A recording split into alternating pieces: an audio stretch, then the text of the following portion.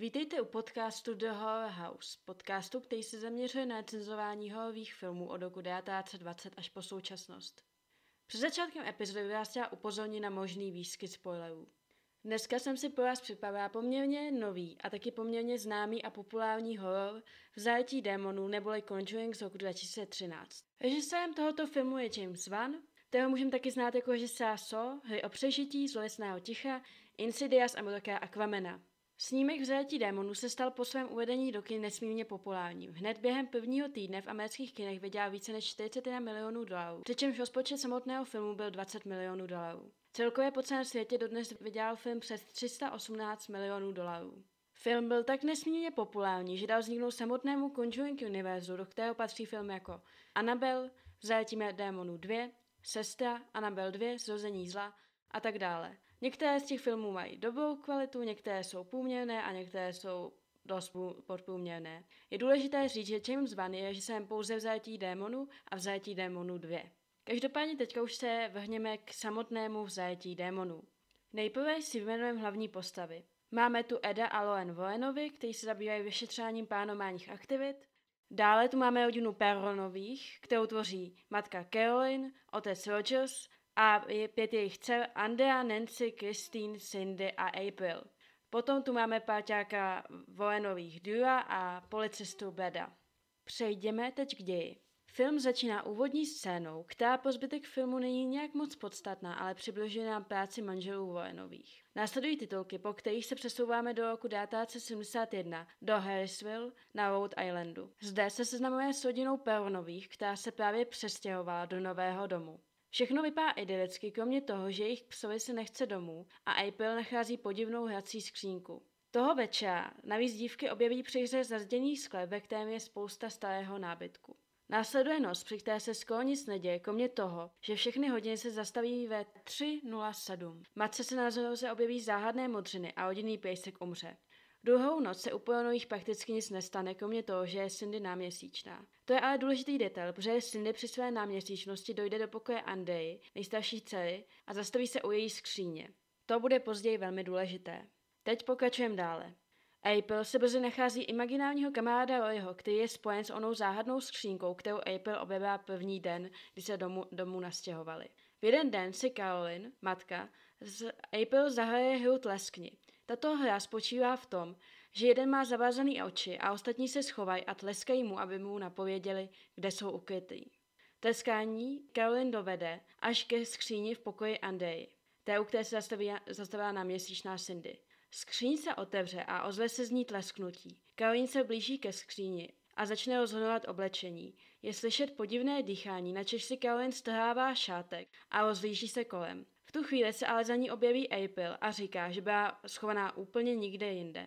Večer se potom Rogers, otec, dozvídá, že musí na týden odjet z domu. Ještě ten večer začne Christine něco tahat za nohu a je znovu slyšet to podivné dýchání. Pobouzí se Christine, tak i druhá dcera Nancy. Christine přitom tvrdí, že s nimi v pokoji je ještě někdo další. Tato scéna potom skončí zabouchnutím dveří. I po odjezdu otce strašení pokračuje. Jednoho večera se začne ozývat dětský smích a spadnou veškeré obrazy nad schodištěm. Caroline je následně uvězněna a napadená ve sklepě. Zároveň je Andrea napadená jakýmsi duchem, který na ní vyskočí ze skříně. Vše skončí až příchodem otce.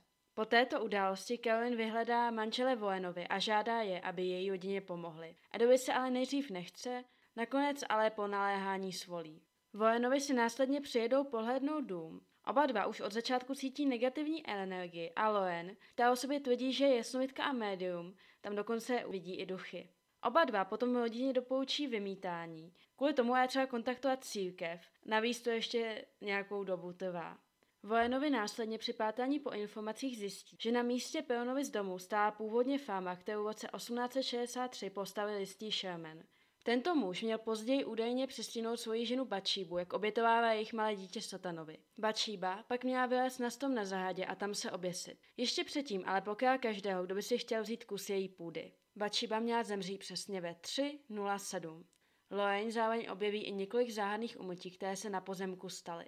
Po těchto zjištěních se Warrenovi do domu vydávají znovu, tentokrát ale už s páťákem Durem a policistou Bedem. V domě rozmisťují různé přístroje, které mají zachytit duchy. Té noci se ale nic zvláštního nestane. Vojánovi ale zůstávají v domě i druhý den. Caroline je ten den napadená Batšibou, která jí zároveň posedne. V té době ale v domě nikdo není. Následující noc je už ale zajímavější. Beth uvidí ducha mrtvé služebné a Cindy je znovu náměsíčná. Tentokrát ale spouští přístroje detekující duchy. Zalézá do pokoje Andrej a v něm mizí. Po usilovném hledání je nakonec nalezena v prostoru ve zdi, který se nachází za skříní. Lorraine se rozhodne prostor prozkoumat. Při prozkoumávání se ale Lorraine propadne a spadne až do sklepa. Vidí tam duchy a zároveň se dozvídá, že Batšíba vždy posedne matku a tu pak donutí zabít své dítě. Tuto novinku řekne ostatním, v tu ránu ale dochází k napadení dcer Peronových. Druhý den potom Peronovi odjíždí do motelu, zatímco Lorrainovi zajdou za otcem Gordonem a chtějí, aby rodině pomohl, aby povolal vymítače. Ten ale říká, že je to složité a že se musí přes Vatikán. Slíbí ale Lorrainovým, že to co nejvíc urychlí. Bohužel a už je příliš pozdě. Ještě než se vrhneme na samotnou recenzi, si řekneme o příběhu, který tento film inspiroval. V úvodních titulcích můžeme totiž vidět nápis, který tvrdí, že film je podle skutečných událostí. Tyto nápisy je třeba brát trochu s nadhledem, protože z mých osobních zkušeností to většinou bývá jenom také jako tahák, který má ty lidi natáhnout na ten film a dopravdy to má často dost daleko. Každopádně tady je to trochu zajímavější. Film je udělán podle záznamu, který udělali opravdoví Ed a Lorraine Warrenoví, kteří byli američtí vyšetřovatelé paranormálních jevů. Ed sám o sobě prohlašoval, že je samouk démonolog a Lorraine prohlašovala, že je jasnovidka a médium. V roce 1952 založili společnost New England Society for Psychic Research. Podle svých vlastních slov potom během své kariéry vyšetřili více než 10 000 případů nadpřirozených aktivit. Mezi jejich nejznámější případy patří například panenka Annabelle, případ rodiny Peronových, případ Amityville a případ Enfieldského poltergeista. Tyto případy jim přinesly nesmírnou slávu, na motivy jejich vlastně případů bylo natočeno několik filmů a dodnes se lidi přou vlastně o to, jestli to byli obyčejní podvodníci nebo jestli to byly opravdu to, co o sobě tvrdili. Každopádně film Zajetí démonů je inspirován jejich případem, a to případem rodiny Peronových. Když jsem hledala si informace o samotném tom případu, o tom opravdovém, tak jsem především čerpala z rozhovoru, který udělali Global News s Andreou Peronovou. Pokud si budete chtít najít k tomu daleko víc informací, než tady řeknu, tak můžete, na internetu je toho spousta. Já se tady o tyhle věci moc nezajímám, ale dám to tady spíš jako takové doplnění, jako takovou zajímavost k tomuto filmu. Nebudu to tady moc dlouho okecávat a vrhneme se rovnou na tom. Skutečná rodina Peronových se v lednu 1971 nastěhovala do 14-pokojového statku v Harrisville na Rhode Islandu. Hned po nastěhování si rodina začala všímat podivných věcí, které se v domě děly. Z začátku to byly pouze drobnosti, postupem času to ale gradovalo. Podle Andreji rodinu terorizovalo několik duchů. Andrej matka Caroline údajně zkoumá historii domu a zjistila, že v předchozí rodině, která zde žila po 8 generací, došlo k mnoha záhadným úmrtím. Pokud je o postavu Batšíby, tak ta má údajně, podle toho, co jsem dohledala, taktéž pravdivé kořeny. Údajně totiž existovala jistá Batšíba Sherman, která žila na pozemku Peronových v polovině 19. století. O této ženě se říkalo, že je satanistka a že má prsty ve smrti sousedově dítěte. Každopádně s ní nikdy nepobyl žádný soud a ona sama umřela v klidu ve stáří a údajně pohřbena na baptistickém hřbitově v Harrisville. Sama Andrea potom v rozhovoru uvedla, že si nemyslí, že by tím nejzlejším duchem byla právě Batšíba a myslí si, že její matku terorizovalo něco daleko jiného. Každopádně Warrenovi prováděli šetření v domě Peronových mezi lety 1973 až 1974. V tu dobu byly paranormální jevy v domě už intenzivnější. Andrea Vozovou uvedla, že zatímco její otec Warrenovým úplně nevěřil a neměli moc rád, nechtěli pouštět do domu, tak její matka jim bezmezně věřila a Warrenovi často chodili právě do domu v momentě, kdy nebyl přítomen vlastně Andrein otec v domě. Spolupráce mezi Peronovými a Warrenovými potom skončila v roce 1974 údajně po jedné ze seancí, během které došlo k posednutí Caroline. Caroline měla údajně mluvit cizím jazykem a dokonce i levitovat. Vlastně otec rodiny Roger potom nadále už nechtěl Warrenovi v domě vidět a tak se jejich cesty rozešly. Podle Andy ale do města šel dále a rodina vlastně dům opustila až v roce 1980, kdy se z domu odstěhovali. Podle Andy se předtím z domu nemohli odstěhovat kvůli finanční nestabilitě. Tohle je teda příběh, který slouží jako inspirace k filmu V zajetí démonů. Zajímavostí je, že jak Loren Warrenová, tak Andrea Peronová při natáčení filmu asistovala jako konzultantky. Podle obou je film do značné míry věrný událostem, které se během 10 let v domě staly. Samozřejmě je otázkou, do jaké míry jsou všechny tyhle události pravdivé. To myslím si, že na vás, jak se rozhodnete. Každopádně já jsem vám tento příběh chtěla představit, protože na tom se tento film zakládá, na to se odkazuje. A to, jestli je to opravdu skutečně pravdivý nebo ne, to už asi tak je nějak jedno.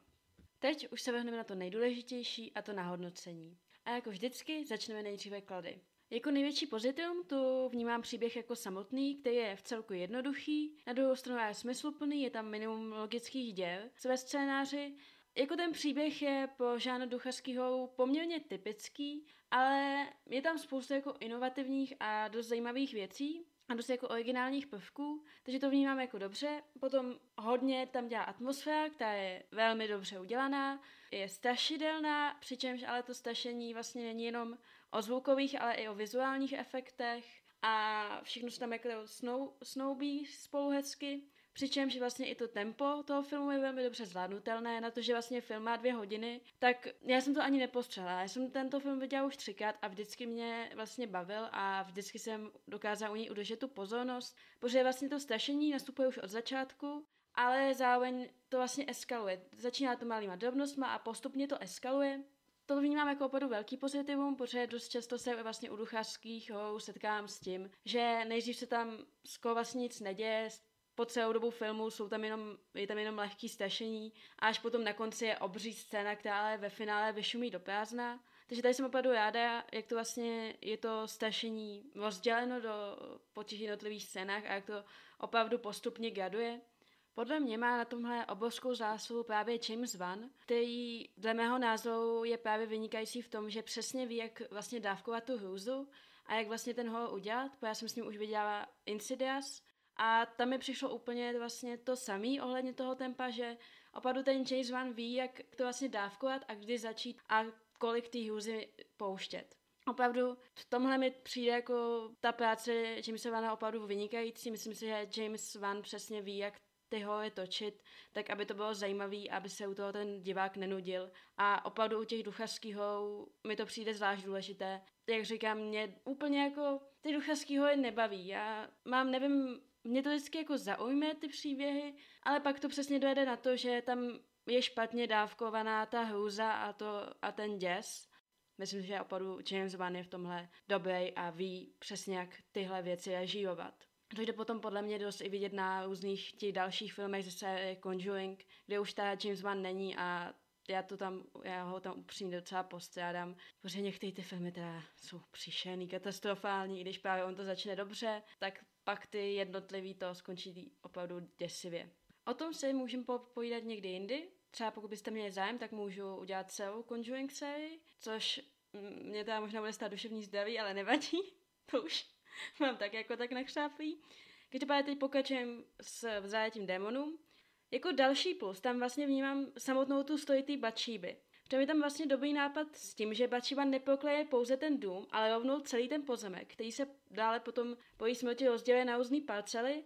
A ty podivná umrtí jsou nejen v tom samotném domě, ale i na tom bývalém pozemku té farmy, který už je rozdělený. To se mi zdá jako velmi dobrý, protože mi přijde, že to vlastně v těch duchařských horech není. Přijde mi, že vždycky se jako to soustředí na ten dům nebo na ten pozemek, ale nikdy tam není akceptováno to, že se mohl ten pozemek jako měnit a vlastně, že se mohl nějak parcelovat. A tohle mi přijde teda velmi dobrý.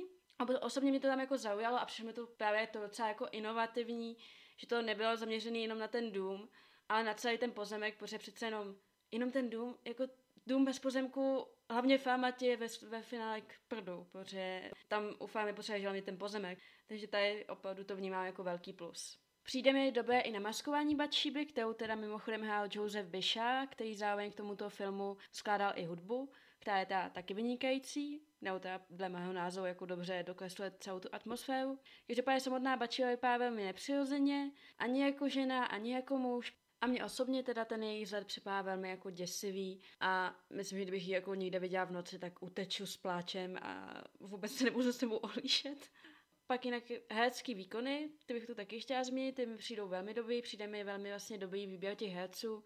Jsou to profesionálé, dobře hrají i vlastně ty malé holky, co tam hrajou ty peonové scény, tak mi přijdou jako velmi dobré herečky, takže za to taky palec nahoru. Další zajímavý nápad, který mě osobně se velmi teda líbí, tak je vlastně to, že v přítomnosti ducha jde cítit jakýsi mrtvolný zápach nějakého schnilého masa. Já osobně jako mám pocit, že jsem to úplně jako v těch filmech taky jako nikdy pořádně jako neslyšela, že by něco takového tam bylo, protože teď se může jako mýlit, ale tohle mi přijde jako docela dobrý, protože myslím si, že málo kdo se cítí v zápachu schnilého masa nebo nějakého toho mrtvolného smradu příjemně. Myslím, že pro spoustu lidí to vyvolává ještě takový daleko jako úzkostnější stavy, takže to mi přijde jako velmi dobrý detail. Zároveň bych tu chtěla vypíchnout i několik scén, které mi teda přijdou opravdu majstrštíkově udělaný. Například jde o scénu, kdy vlastně matka, ta Caroline, dívá do zrcátka hrací skřínky, protože April řekne předtím, že když se hudba zastaví, tak uvidí v zrcátku Roryho. A nebo potom scéna, kdy vlastně Caroline napadená a uvězněná ve sklepě. Obě tyto scény mi přijdou atmosféricky velmi, velmi dobré a zároveň ta eskalace toho napětí je tam fakt vynikajícně udělaná a přijde mi, že tyhle dvě scény opravdu jako vyčnívají a že jsou fakt hodně dobře udělaný a takhle bych prostě, to je pro mě úplně nebe, když tyhle scény vidím, protože co lepšího si uhorou přát, než takovýhle scény, které opravdu jsou vynikajícně udělaný a je tam ta strašidelná atmosféra, to napětí, prostě člověk už prostě čeká, je v napětí, co se prostě stane dalšího a to za mě prostě nebe. Jako poslední vlastně takovou kladnou věc, nebo to poslední, co bych tady chtěla vypíchnout, co se mi teda velmi líbilo, tak bylo provedení posadlé Carol. Jak už vlastně její namaskování, tak samotný ten hereční výkon, tam mi přišel opravdu velmi dobře udělaný. Myslím si, že to se jim povedlo, protože jak to namaskování, tak i ty jejich pohyby jsou velmi nepřirozený. Zároveň tam jako člověk cítí, že tam ještě jako, že tam ta Caroline je, ale zároveň už prostě ty pohyby jsou opravdu zvláštní a takhle by podle mě posedlost měla vypadat. Což teď asi zní trochu blbě, ale každopádně samozřejmě jako všechno má tento film i drobný zápory. Tím se teď tady budu věnovat. Jako první mínus bych dala drobné nesrovnalosti a blbosti, které se ve filmu objevují. Jde například o scénu, kdy vlastně, když Lauren propadne z toho postoru mezi těma stěnama, který je za skříní v tom Andy pokoji, tak jí vlastně Ed jde hledat v nejužších stěnách domu, což vypadá fakt divně. A člověk si jenom říká, WTF, Ede, nad čím jako přemýšlíš, tam by se tvoje manželka do těchto stěn ani nevešla. Ale jako opravdu ty nesrovnalosti a blbosti jsou drobný. Když to jako porovnám s jinýma filmama, třeba to jsme tady předtím měli tu Mumii, tak opravdu ty nesrovnalosti a blbosti jsou opravdu minimum. Dále jako mínus je samozřejmě klišoidní efekt se zvukem. To znamená, že nejdřív je normální hlasitost zvuku, pak absolutní ticho a následuje strašně hlasitý zvuk. Je to jeden z těch nejprimitivnějších efektů, jeden z těch nejprimitivnějších způsobů, jak někoho vyděsit. Já si myslím, že tomu se dneska jako málo kdy vyhneme, v podstatě jako každý moderní horor to v sobě má. A mně je to samozřejmě i ty starší horor a přijde mi, že dneska je to opravdu masový. Je to jako nejjednodušší způsob, jak diváka vyděsit, protože to útočí úplně na ty naše vlastně pudy. Je to pochopitelný, protože je to absolutně normální reakce lidského těla, myslím, že pokud se toho neleknete, tak na jednu stranu je s vámi asi něco špatně. Každopádně naštěstí bych řekla, že v tomhle filmu to není zas tak časté. Je to tam, ale je tam toho minimum oproti dalším efektům a vlastně dalšímu způsobu, jak nás vystrašit. Takže to bych taky vnímala jenom jako taková malá drobnost. Prostě myslím, že v moderních hororech se tomu už dneska nevyhneme. A na jednu stranu jsem ráda, že to tady opravdu není tak častý, protože jsem viděla spoustu hororů, které jsou na tom jenom postavený, na to se potom nedá dívat. To potom není strašidelný, to už je potom hloupý. Spíš jako ze strany těch filmařů, že se nedají pořádnou práci s tím toho diváka vystrašit, a že tam jde jenom tak tenhle nejlacinější a absolutně nejjednodušší efekt, který jde udělat. Další mínus, který mi už trochu jako, u kterého se tak trochu už říká, to úplně nesedí, tak je samotná to umytí té Batšíby, který má být údajně přesně ve 3:07, což nezní úplně logicky. Jak by to za poznali, asi by tam jako ten chlap musel stát přímo s hodněma, což v polovině 19. století nezní úplně pravděpodobně. A přijde mi to docela hloupý tam takhle dát přesný čas. Kdyby to aspoň bylo okolo, ale oni tam přímo mluví, jako že je to přesně ten čas, kdy ona umřela. Jo, je to trochu hloupý a mě to prostě nedá. Tohle je jako takový úsměvný detail, na kterým se spíš jako pousměju, že to prostě mi nezní vůbec pravděpodobně. Ale jako na jednu stranu chápu, chtěli tam udělat nějaký přesný ohraničení, nějaký ten efekt, aby to prostě bylo přesně zapamatovatelný. Na druhou stranu opravdu si nedokážu představit, tak by to přesně mohli tu smrt té Batšíby určit ještě jak 3:07. Chápu, kdyby to třeba bylo ve 3:15, že by třeba byly kostelní zvony, ale takhle mi to přijde jako velmi nepravděpodobné. Teďka už se dostává vlastně k poslednímu mínusu a ten není úplně spojený s filmem jako takovým, ale spíš s českým dubbingem. Ve mně přijde, že v závěrečných scénách je špatně udělaná hlasitost zvuku a dialogu. A to prostě v rámci toho českého dubbingu. Nevěděla jsem s originálním zněním, to je moje chyba, ale prostě teď mluvím jenom ohledně toho českého dubbingu, kdy mi fakt přijde v těch posledních scénách, že někdy je to extrémně potichu, jindy zvuk strašně nahlas, ale naopak dialogy jsou potichu a nesedí mi to. Mně to tam prostě nesedí a přijde mi to jako špatně udělaná práce. Jako jinak mi ten český dubbing tam přijde dobrý, úplně tam jako nevidím, že by tam byly nějaký špatně přeložený fráze, ale tady při té závěrečné scéně mi to prostě přijde špatně ozvučený a nevím, kde se tam stala chyba, nevím, jestli to už je v tom originále nebo ne, přijde na to se nedívala, teď si uvědomuji, že to byla docela chyba. Každopádně v tom českém dubbingu mi to přijde špatný a trochu to kazí tu atmosféru, na druhou stranu toho finále je vynikající, to tady nebudu prozrazovat. Každopádně teď tu máme ještě takzvaný WTF moment. To jsou prostě opravdu divné věci, které ani nevím, jestli zařadit mezi kladný nebo mezi mínus, ale spíš jako mezi mínus. Já prostě nevím, co s těma věcma dělat, jenom u toho si opravdu říkám WTF a jiný pro to pojmenování není. To je tady to, že vlastně Ed se rozhodne provést vymítání i přesto, že vlastně není kněz a že nějak není naučený v tomto ohledu. Oni tam je hodně jako zdůrazňují, že prostě to musí provádět kněz, protože ten přesně zná ty úkony, ale nakonec to právě provádí ten Ed, což jako na jednu stranu v té situaci chápu, na druhou stranu fakt je tady ta otázka, jak může přesně vědět ten postup. On si se sám říká, že už u několika vymítání asistoval, ale i tak si myslím, že nemůžete znát přesný ten postup a vzhledem jako k tomu filmu mi to přijde trochu opravdu WTF, ale jako ten závěrečný dojem z toho filmu to nějak nekazí a je to spíš taková jenom úsměvná věc, na kterou se člověk pousně, že kde to tady dává trochu logiku, ale na jednu stranu v té situaci chápu, že asi neměli úplně jako na výběr. Takže to bylo moje zhodnocení tohoto filmu. Já osobně, jak jste asi už poznali, tak mám v Zajetí démonů strašně moc ráda.